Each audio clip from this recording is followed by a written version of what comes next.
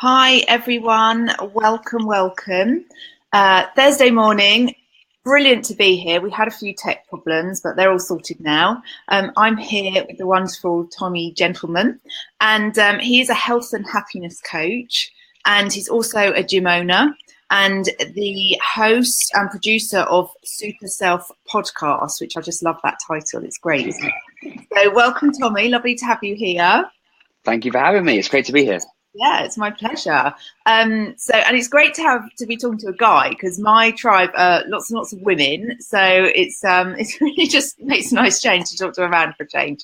I love my Good. ladies, obviously, but yeah. So what I think the aim of this live stream, really, guys, is to inspire you and motivate you, and tell you how we do that on a constant basis. And also obviously to introduce you to me, I think a lot of you could learn a great deal from him. I'll let you talk. I'll let him explain kind of like the ideal client that he has. You know, we're always talking about who is your ideal client. Tommy's got it absolutely nailed, and it's a lot of you in this group. So I really wanted to introduce you to him. So should we start there, Tommy? Do you want to do that? Yeah, of course. Yeah. So, what question would you like me to answer? So who is your ideal client? My ideal client is someone who has plenty of responsibilities, not a lot of spare time, a high demand on their stress levels. They've got to call the shots. They've got to deal with stuff from home, from work, and from social circles, and even social media. But they still value health and happiness because they understand that if they're healthy, then everything else is going to improve. Relationships are going to improve, career is going to improve, business, whatever it is that you do will be better if you're at your healthiest and your happiest. Absolutely. And I'm such a great believer in that. I don't always practice what I preach, but when I do, it's so different, isn't it? So, first of all, guys, like that's such a great example of an ideal client. It's so specific. Like you can well, it's probably most of you, to be honest. It's quite broad, but it's very specific. So, I think that's awesome. And so, Tommy, tell me how you got into this, because that's always Yeah, interesting, sure. the journey we've been on. Yeah, okay. So the only other industry I've ever been in is a paper round industry and washing dishes. Other than that, I've been in the fitness industry my whole life. So I left college, didn't really know what I wanted to do, but managed to get myself a job in a leisure centre as a lifeguard. But I saw the guys in the gym, and I was like, I want to be in there. I want to make a difference. I want to help people. So I got a job in the gym and worked my way in full time. So by the way, I was like, there was nothing of me, and I was 17. People like adults weren't quite on the same wavelength yet, and so I had to prove myself. I had to mature very quickly, very early. I worked in the gym for 9 months, and then I was like, right, I've got family in New Zealand. They own a gym. It looks amazing. I've been there once, but it was a long time ago. I just want to go out there. I want to experience what it's like, come back, and then work as a personal trainer. But while I was in New Zealand, I saw so much opportunity that I just had to stay. And I ended up staying there for a year and a half. I was only planning to stay there for 2 months, a year and a half in the end.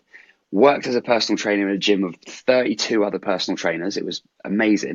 Learned so much. And one of the things, apart from like learning how to actually be a man, because I was such a mummy's boy and like couldn't even cook rice or pasta or anything, like I was so redundant as an adult human male, that what I learned was that I had this thing that was this entrepreneurial awareness that I wanted to do something of my own. And so when I came back to England, I started a business, and that business was a small personal training studio. Um, Fast forward 8 years, I'm now sat in my office in a gym with just under 400 members and a staff base, which personal trainers, group fitness instructors, gym instructors, total of 33 people that that's on some level earn a living here, which is really quite it really fills me up. You know, it's a real nice feeling. Aside from that, I've been over the last 6 years, I've been learning about how the mind is so pivotal, such an important factor when it comes to any kind of success. Even success in your physical body is governed by your mind. And as soon as you marry the two together, things just get a lot easier, because there's a lot of confusion, a lot of frustrating stuff, and a lot of confusing advice out there. But hopefully on this call, I'll be able to help your audience to understand a little bit more about how that works. That's awesome. Thanks, Tommy. That's really inspiring. I didn't know that about you. So well done you. Really cool. And having all those, like being responsible for all those people's livelihoods, that must be quite a weight on your shoulders. So how, and you've obviously added the coaching business into that as well. So you're really, really busy. You're well, probably not maxed out. I'm sure you've got loads much more to give, but how do you manage the stress personally? What a fantastic question. So I think first and foremost, everyone's different, yet there are things that we share in common. So we're all human beings, we've all got emotions. Those emotions might be slightly different for all of us, but essentially we've all got a strong reason why we want to do what we do. I think you need to be in tune with that reason why, so that no matter what happens, no matter what like stress you get put under, you still want to go and turn up every day. You still want to, put on your big boy or big girl pants and get in there and make it happen, no matter what sort of challenge you're presented with. So I think that's one thing. You've got to really know that. The second thing is communication is so important. Even like your partner, your kids, your closest friends, never assume anything because they don't know. They're not mind readers, right? So you have to communicate the reasons why you're doing the things you're doing. So why are you getting up early? Why are you going in? Why are you doing work until 12 o'clock at night? Why are you going to this course? Why are you picking up the phone and having this coaching call? All of these things need to be communicated. Otherwise, what we get is we get friction, and that friction, it definitely weighs you down. So two top tips there. Number one, know your strong reason why. Number two is communicate as much as possible with the closest people to you so that they understand what you're doing. And this is an ongoing learning process because people change quick. Like lives pivot like this all the time. And even two people, it can be like this, right? But when you've got like four people in a family, it's kind of like this. That's like some funky dance. So it is really important. That's such a good answer. Like everyone talks about, oh, you've got to have a strong why and purpose, vision, all that. But actually, communication is such a simple thing, and we so often forget to do that. And especially, I know I'm guilty of it sometimes. Sometimes my husband comes in from work, and he obviously wants to download his day, and I want to talk about mine. Other days, I don't want to talk about it because I'm just so tired, or I don't really have bad days, but something like I'm trying to get an email out or something, it's not quite, or technology problems. I don't always want to talk about it. And it's just sometimes just having that communication and knowing when someone wants to talk, when someone doesn't. Men Are From Mars, Women Are From Venus was a great book me and my husband read years ago. And I still say, I need sympathy now, not solutions. Or Yes. you need solutions, not sympathy, or whatever it changes, as you say, we all pivot. Yeah. And when you add kids into the mix as well, they want to tell you about their day. Sometimes they don't. So I think that communication is so often forgotten, isn't it? But really great thing to focus on. So thanks for that. Really good reminder. So you've told us about how you cope with it. And I can imagine you're in such a kind of like a flow that things rarely do get on top of you. But if, do you ever have those times when you just think, gosh, this is hard? Because I've had a few of those. And I had some over Christmas because I was having such a lovely time. I didn't really want to get back to it. And now I'm back to it. I'm like, why did I not miss this? This is so fab. But what's your view on when it is really hard? So everyone who's watching this now will go through some kind of challenge that really just stumps you and stops you in your tracks, like it blindsides you. You just don't expect it and everything's fine. And then whack, all of a sudden, everything's disrupted. You lose, like you say, you lose your flow, you lose a little bit of that X factor, that little bit of spring in your step, and then all of a sudden results start to show that as well and reflect it. So I think the first thing is to be really in tune with yourself, to know that that's happening before it ends up erupting into something more disruptive, whether that's in your business or whether it's in your personal life through an argument or something like that. So knowing yourself is really, really important. And then having 2 or 3 different flavors of solution that work for you. So for example, for me, I know that one is I just get in front of the telly, put a box set on, and I just let my head consume entertainment. And I Oh, don't think about anything else. Turn my phone off and I just do that. So that's one option. Another one is that I'll just go for an exercise session, but I won't put any pressure on myself. I'll just do it for pure enjoyment, and I'll lose that stress that way. And then sometimes it might be something like more sporadic, like I might just get an urge to go for a walk or read a book or something like that, or listen to some music. I don't think that there needs to be like a specific way. You just need to know your way. So the first thing is to know that you are listening to your own inner voice, that you're self-aware, and that you can recognize the signs. Because you know what we tend to do? When I say we, I mean the people listening and you and I and watching, is because we're motivated by success, we tend to ignore problems when they're here. So we're kind of like, I feel that, but I don't want to let it in.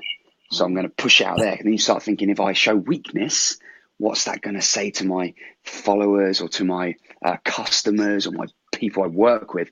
I can't show any weakness. But you know what? This is a little inside tip for those of you that are hosting videos, that are sharing content. Share your vulnerability as well, because that is sexy and it appeals to people and it shows that you're human. I mean, some of the posts that I've done that have been the most that have got the most clout have been ones where I've just been like opening up a little bit more about myself or sharing a little bit of a struggle. And that's when you get meaningful communication with people. They send you emails saying things like, wow, it's so reassuring to know that you've felt this as well. That I get emails and messages saying, you are human, that makes me feel great because I thought you were some kind of alien that's always positive. Like, for example, I've got a split lip at the moment. So I split my lip on Sunday playing football. I had to go to Casualty and get stitches. And I did a video, even though I look like sort of Elvis. And that video was 6 minutes long, which is just unheard of for like content that you just put out there. Usually you would stick to like 1 or 2 minutes. 6 minutes long, and it had the most like attention all week. Better wow. than any other video that I'd like consciously thought about. I just thought, do you know what? I've had such a weird day today. I'm going to talk about it. 6 minutes, side of the road, in the car, lip out here.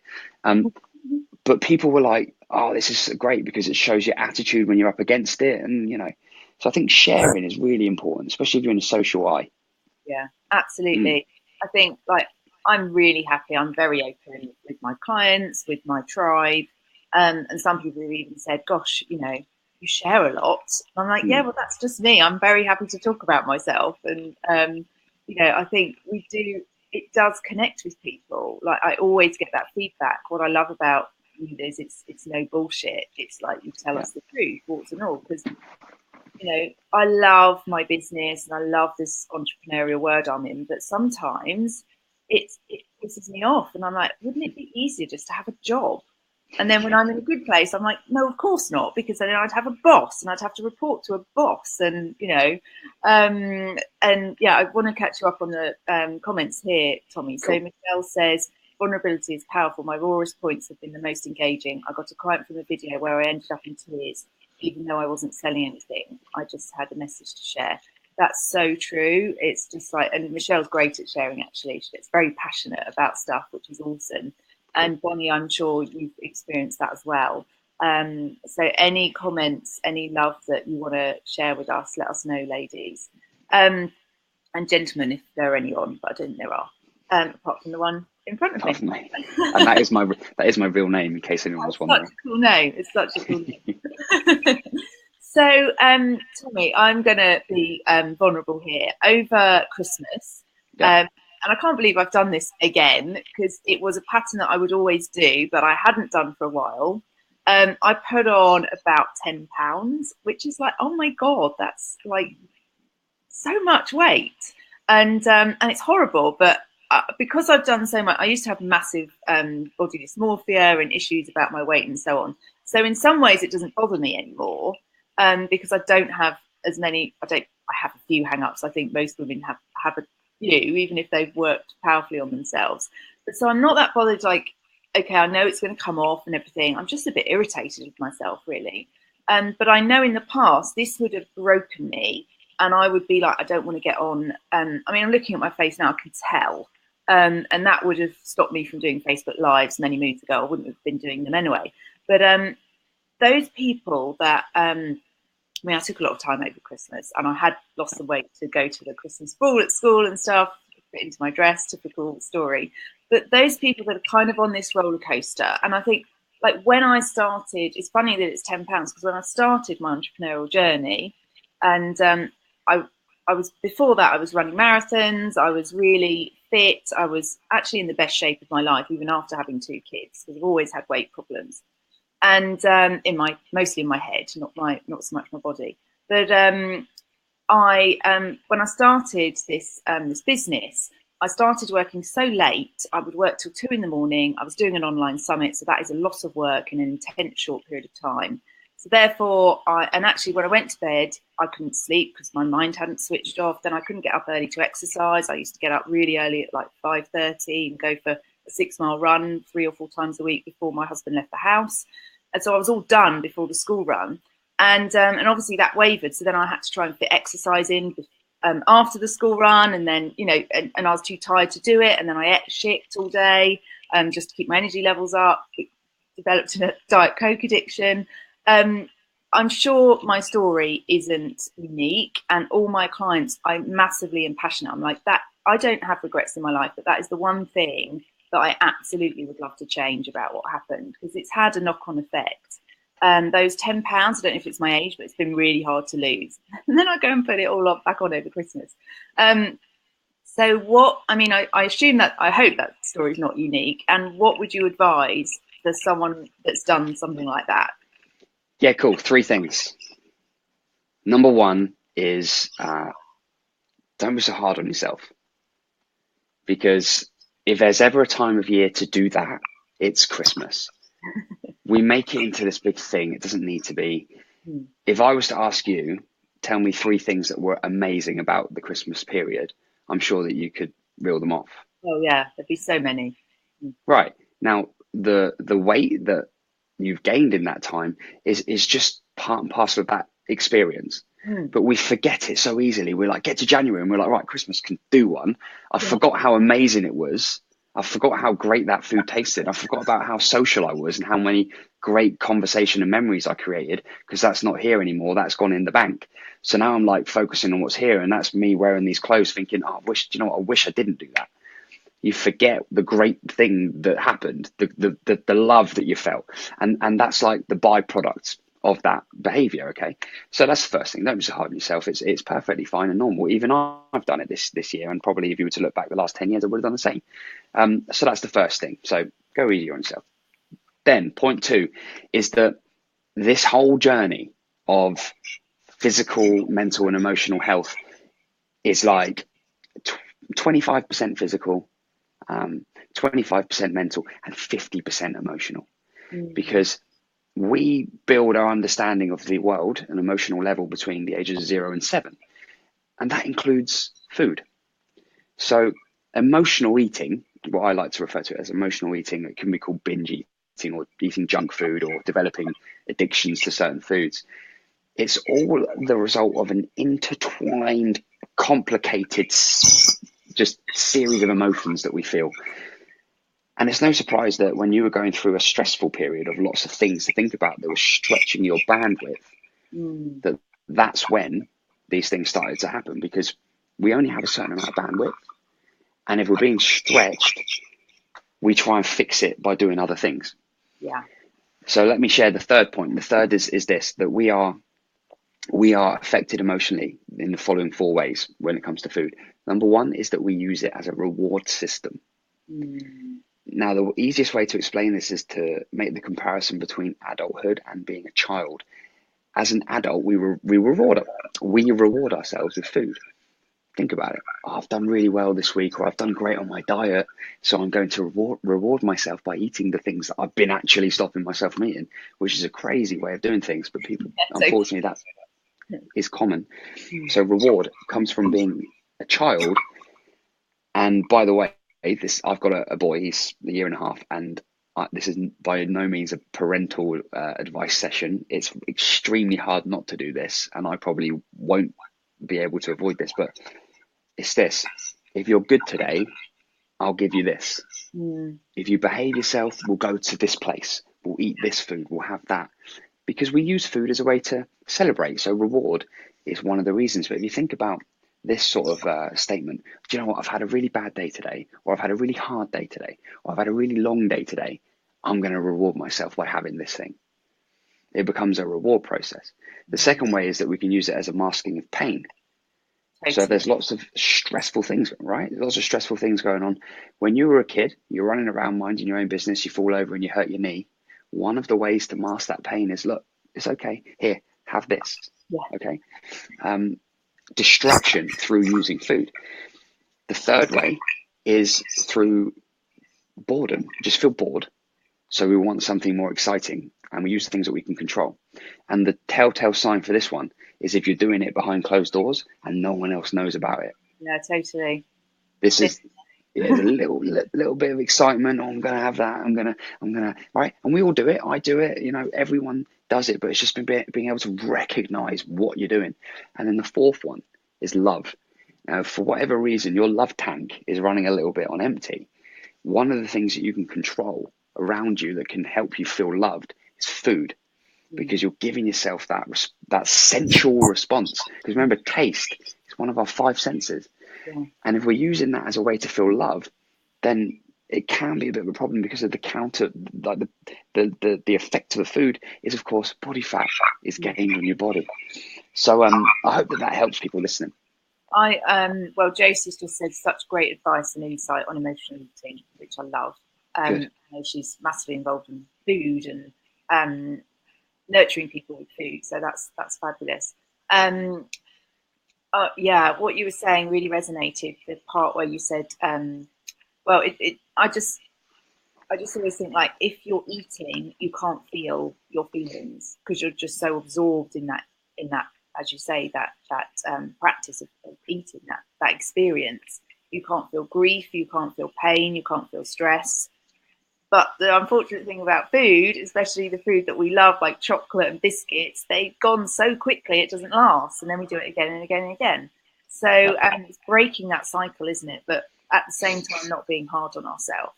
And that's the other thing I wanted to pick up on. So you're a master at motivating people. I feel so motivated just listening to you. Excuse me. But what you were saying earlier, one of the things I wanted to pick up on, like when we become an entrepreneur, when we're in, like, especially if depending on what kind of a coach you've got. You know, my first coach was very much like, you've got to do this, you've got to be regimented, like push. And while she was quite passionate about taking time off, it was all very planned and regimented. And you can't take time off until you've done this, and this. And you must go for a run every day, and you must do that, and you must do this. And it was quite exhausting. And I remember suddenly one day my audio wouldn't work on my phone when I was in the car driving the kids home from school. Obviously, I wasn't driving at the time. And so I listened to music, and I felt guilty for listening to music. So I thought, I should be listening to an audio and filling myself up with knowledge and inspiration. And actually, I just sung my heart out, as you do in the car when no one's listening. And that was such a relief. Like, I could feel my endorphins going up. And I think we so often forget the really simple things. Like you said, you like to sit on the telly. I did that on Sunday. I felt it was so lovely. And we're told, like, if you're an entrepreneur, you shouldn't even watch telly. So it's the simple things, isn't it, that can actually replace that need to eat or just take away that stress. Yeah. And I think this is really important, and it's on the radar for me right now. And I think it's probably on the radar for a lot of people this time of year, because we're putting extra pressure on ourselves, because in this industry, or in the industry that we're in, right, helping people, a lot of people need help this time of year because they're starting to think about their goals. They're in the right mood. They're tuned in. So why not? We need to be there for them. Yeah. But we put extra pressure on ourselves. And I think there's a lot of people that we follow that are leaders in the industry that we think, right, well, their message is that they do it like this. So that means if we don't, we're failing. Yeah, totally. But actually, we're human beings, and human beings are finely tuned, complicated beings. And so one size fits all is just not going to work, Mm. right? Now the hinge here is that if you go, right, I'm gonna sit down and watch a box set, that you know what value that's giving you, and you're able to stop that as soon as it becomes procrastination, Yes. and that you're in tune with your own self to know when you're being lazy and you're kidding yourself and you're mugging yourself off versus this is actually giving me something useful. Okay. So know your boundaries. You've got to know your boundaries. And let me just add something as well. Recently, I've figured out that the last 6 to 8 months, my trajectory has been like this. The things that I've done and achieved and built and blah, blah, blah. And for some reason, the other day, I just felt really low. I was trying to figure it out. And I'm like, and I realized it's because my sole motivation, you're going to love this, by the way. And if you're watching, hopefully it's just going to blow your mind. But when you strip it all down, I was telling myself that I wasn't good enough, which is a negative motivation. And you can only fuel yourself on negative motivation for a short space of time before you end up failing. Yeah. So what I mean by that is that I'd lost the love. And instead, I was telling myself things like, what the fuck are you playing at? What are you doing? Why haven't you done that yet? You should be here. You're here. You need to get yourself. And luckily, I'm a person that can respond well to that sort of self-talk. But every time you tell yourself that, it just gives you a little bit of a gut shot inside. And the more gut shots you get, and you're not good enough, you're not good enough, you're not good enough. So I'm like, right, well, I'm going to win this award, and I'm going to achieve this, I'm going to get this thing, and I'm going to do this thing. But you're never really satisfied. And it's because you're not feeling the love in the moment to just be like, wow, I've done this thing, and I've done it because I love it. Yeah. And I love the feeling that I get, and I love the difference that it makes. And I'm not just talking about words. I'm not just talking about you're saying these things and it's all happy. I'm talking about actually sitting down, looking in the mirror and being like, yes, Yes. feel that. I feel that success. And so the turn of the year, that's been the biggest thing that I've been looking to put into everything that I do, is make sure that it's got that bit of love. And with that, Liz, with that love, there comes a bit of vulnerability every time. And that's why it's so key for us to stay in that sweet spot, Yeah. which means we've got to ignore all the shit that people talk, because that'll only make us shut off. Yeah. And we've got to be able to just back ourselves, have good people in our corner, and just push forwards with that. I hope that makes sense. That was so cool. I loved that. Really, Yeah. all of it. I can't pick out one specific thing. It's just, yeah, really amazing. And Good. I think that feeling of not being good enough and, oh, I should be here by now. It's so common. Like, oh, I've been doing this for 3 years now. Why haven't I done this? Why haven't I done that? Especially when other people are.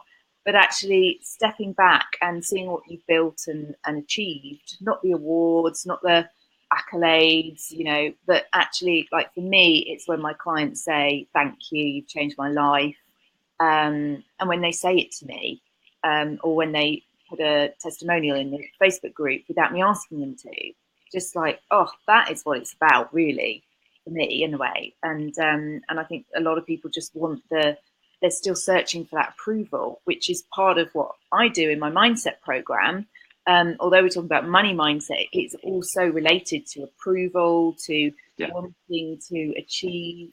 And actually, if we just feel comfortable about who we are, then that just lifts and everything will flow much more easily, which is how it should be, isn't it? Absolutely. There's this really old listed building in my town near where I live. And there's always something going on, always some kind of reconstruction or like, work going on outside, because it's that big and it's just so old, it just crumbles and that. But what's amazing about that building, it's beautiful. It's a beautiful building, and it's something that people need to see. It's something that people need to experience because it changes their day. And it's kind of the same with us. Like the bit that's being worked on just changes, Yeah. and the scaffolding just moves, Yeah. and it will come back round again because it has to. But as soon as you pack up the scaffolding and leave, the building that's beautiful and just iconic and is just meant to be seen starts to break and crumble, and it looks a bit old and shit. So we have to take that same approach, that there'll be some area of our lives that we work on and we just do this, but we are always a work in progress, always. Awesome. I love that analogy. It's fab. You maybe want to go and see that building. It's so good. So Tommy, you mentioned that everyone's individual, and I want to tie that into how you've built your coaching business. You've got the gym, you started coaching. You mentioned your trajectory has shot up today, this in the last few months. How have you done that? Because so many people in this group are on that journey, or trying to, or getting started. So, for the clients that are listening, or potential clients, for you or for I, one of the things I talk about is, okay, when you're starting off, one-to-one is great, but at some point you need to leverage that, because that's when you could get more time freedom back. So what was your journey in that regard? I've been studying to become a world-class coach for the last 6 years. That's what I want to achieve. I want to make as much of an impact as I possibly can to as many people. And in order to do that, you've got to be legit. And so you need to know what you're doing. You need to believe in yourself, and you need to have the right tools. So I had a goal that I'm now walking and living, that has been in my mind for 6 years. And there was a moment where, and I mentioned it earlier, I kicked my ass a little bit, because I was like, look, what are you doing? You need to get a move on. You need to start, which at the time it actually worked. And the thing that I did is that I started to surround myself with the right people. And the right people are people who have already achieved things that you are striving to achieve. And go and surround yourself with people like that, but also people who are on the same journey as you, or similar journey. Yeah. Because you will never see your own blind spots. But having someone, a coach, a mentor, if you're thinking about that, by the way, it's a no-brainer. You have to take some of your personal income, which is what you are rewarded for the effort and time you put into what things you do. Take some of that and put it back towards learning how to do more things. Yeah. Invest in yourself, because that's how you grow, right? So that was the first thing. The second thing was backing myself, and just 100% believing that, do you know what? There's actually no one in this world currently alive, has been alive, or will ever be born, who will do me as well as I'll do me. That's great. And that's the same for you, and it's the same for everyone else watching and listening. You are the only person that will ever be you. So you know, what more confidence do you need to go and do the things that you know you can do? You're the one who has to do it, because you are you. So back yourself no matter what. That would be the second thing. And then the third thing would be to implement. You have to do it. If it's a 7 out of 10, do it. Yeah. If you're trying to make it, oh, it's not quite perfect, or no. That's called wasting time. 7 out of 10, bang. And you need to do that, because one of the things that motivates me is, although there's no one the same as me, there's someone here, there's someone here, there's someone over there quite similar. Yeah. And if I don't implement, I'm going to lose my opportunity. So that would be the 3 tips that I would give there. Awesome. And tell us a bit about how people can contact you if they would like to know more about how you work. Well, tell us a bit more about, how do you deliver? Like, I'm so inspired listening to you. I might have to hire you as well. But how is your coaching business constructed? Do you do group programs, individual? What's the deal there? I love private clients. I love individual, because I can just get so much. We can get so much more done. And I know that perfect client that you mentioned earlier comes with a level of understanding of themselves that is already there, that we can actually improve and make more of. We can mold. Having said that, I do offer group coaching as well. And I'm planning a big event it's done. We're doing it February the 10th and 11th, called the Super Self Summit, which is going to be 2 days of personal development, which is it's going to be so good. I've got 6 guest speakers. It's going to be epic. We're going to be looking at nutrition, exercise, motivation, mindset, confidence, self-belief. And the easiest thing to do would be to check that out, superselfsummit.com. And maybe if we get people that are interested, Liz, we could give them a discount code that you could share. Yeah. Within your group. But going back to your original question, one of the biggest challenges I have is I really, really, really, really want to help people. And I get a lot of people asking me questions that I can help them with. And it might be like level 1 question. It might be like, what exercise should I do? And so I've built an infrastructure around me. So I've got the gym, I've got staff, and I've got an online presence that I will direct people to.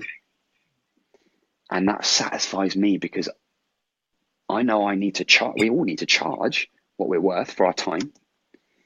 But also, if there's people that just, they need your help, there needs to be somewhere they can get that cheap or for free. Yeah. At a small, right? Yeah. Because talking business now, that also becomes part of your funnel. Yeah. Which, when they're ready, they can invest in themselves a little bit more, when they understand a bit more, when they're ready to do that. But for me, it was so important that like, I would hate to turn someone away without a potential solution. Yeah. Yeah. Because then that goes against my values and it doesn't work. So I've built that infrastructure. So I'd recommend that whatever that looks like to you in your business, that you've got that as well if you're watching this. Yeah. Awesome. That's great. And you say offering that solution. For a lot of people, actually, if they describe that in a different way, that would be sales. And I think people shy away from sales. They think it's yucky. I don't want to be sold to. I don't want to have to sell. And the sad, well, not sad fact, the true fact, and it can be a really exciting fact when you reframe it, is that you have to sell to have a business, don't you? So actually, if you see sales as a solution for that person, I always say sales is serving. But I like that. It's just offering a solution, and Absolutely, yeah. And that's all it is. And you know, that's what we're here to do, and we're here to make an impact, and that's how we have to do it. Likewise, everyone that's listening and will be watching the replay.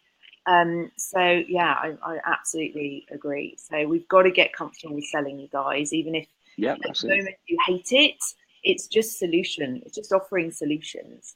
Yeah, I love that. I'm going to add that into my serving. That's okay. Good. Let's do it. Cool. Okay. Well, Tommy, I think we're out of time. I just want to check if anyone's got any questions for Tommy.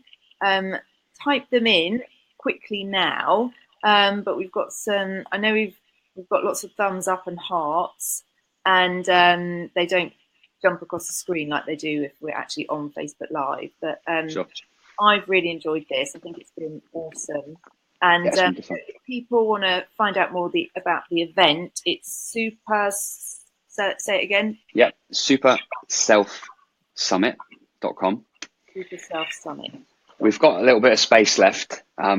It's in Basingstoke in Hampshire, so it's accessible from London. It's about 35 minutes from London, but on the train it's even easier. And also from the south as well. So depending on where you're at, it's quite a central location. But what we'll do is let's just use your name. So we'll just go your full name, Liz Hancock, no spaces, as a code, a coupon code. When you go to checkout, that will give you the original priority list prices, which have now expired. We can do that for you guys.